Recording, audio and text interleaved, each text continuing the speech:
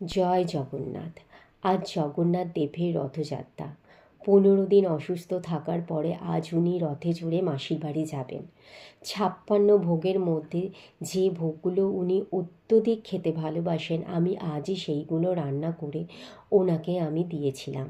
যেমন হচ্ছে গোবিন্দভোগ চালের খিচুড়ি, কণিকা ভোগ, 3 রকম ভাজা, নারকেল দিয়ে ছোলার ডাল, গুড় দিয়ে সুজি, লুচি। তো ওনার 56 ভোগ তো আমি রান্না করতে পারবো না, তো সব রান্না করা সম্ভব হয় না।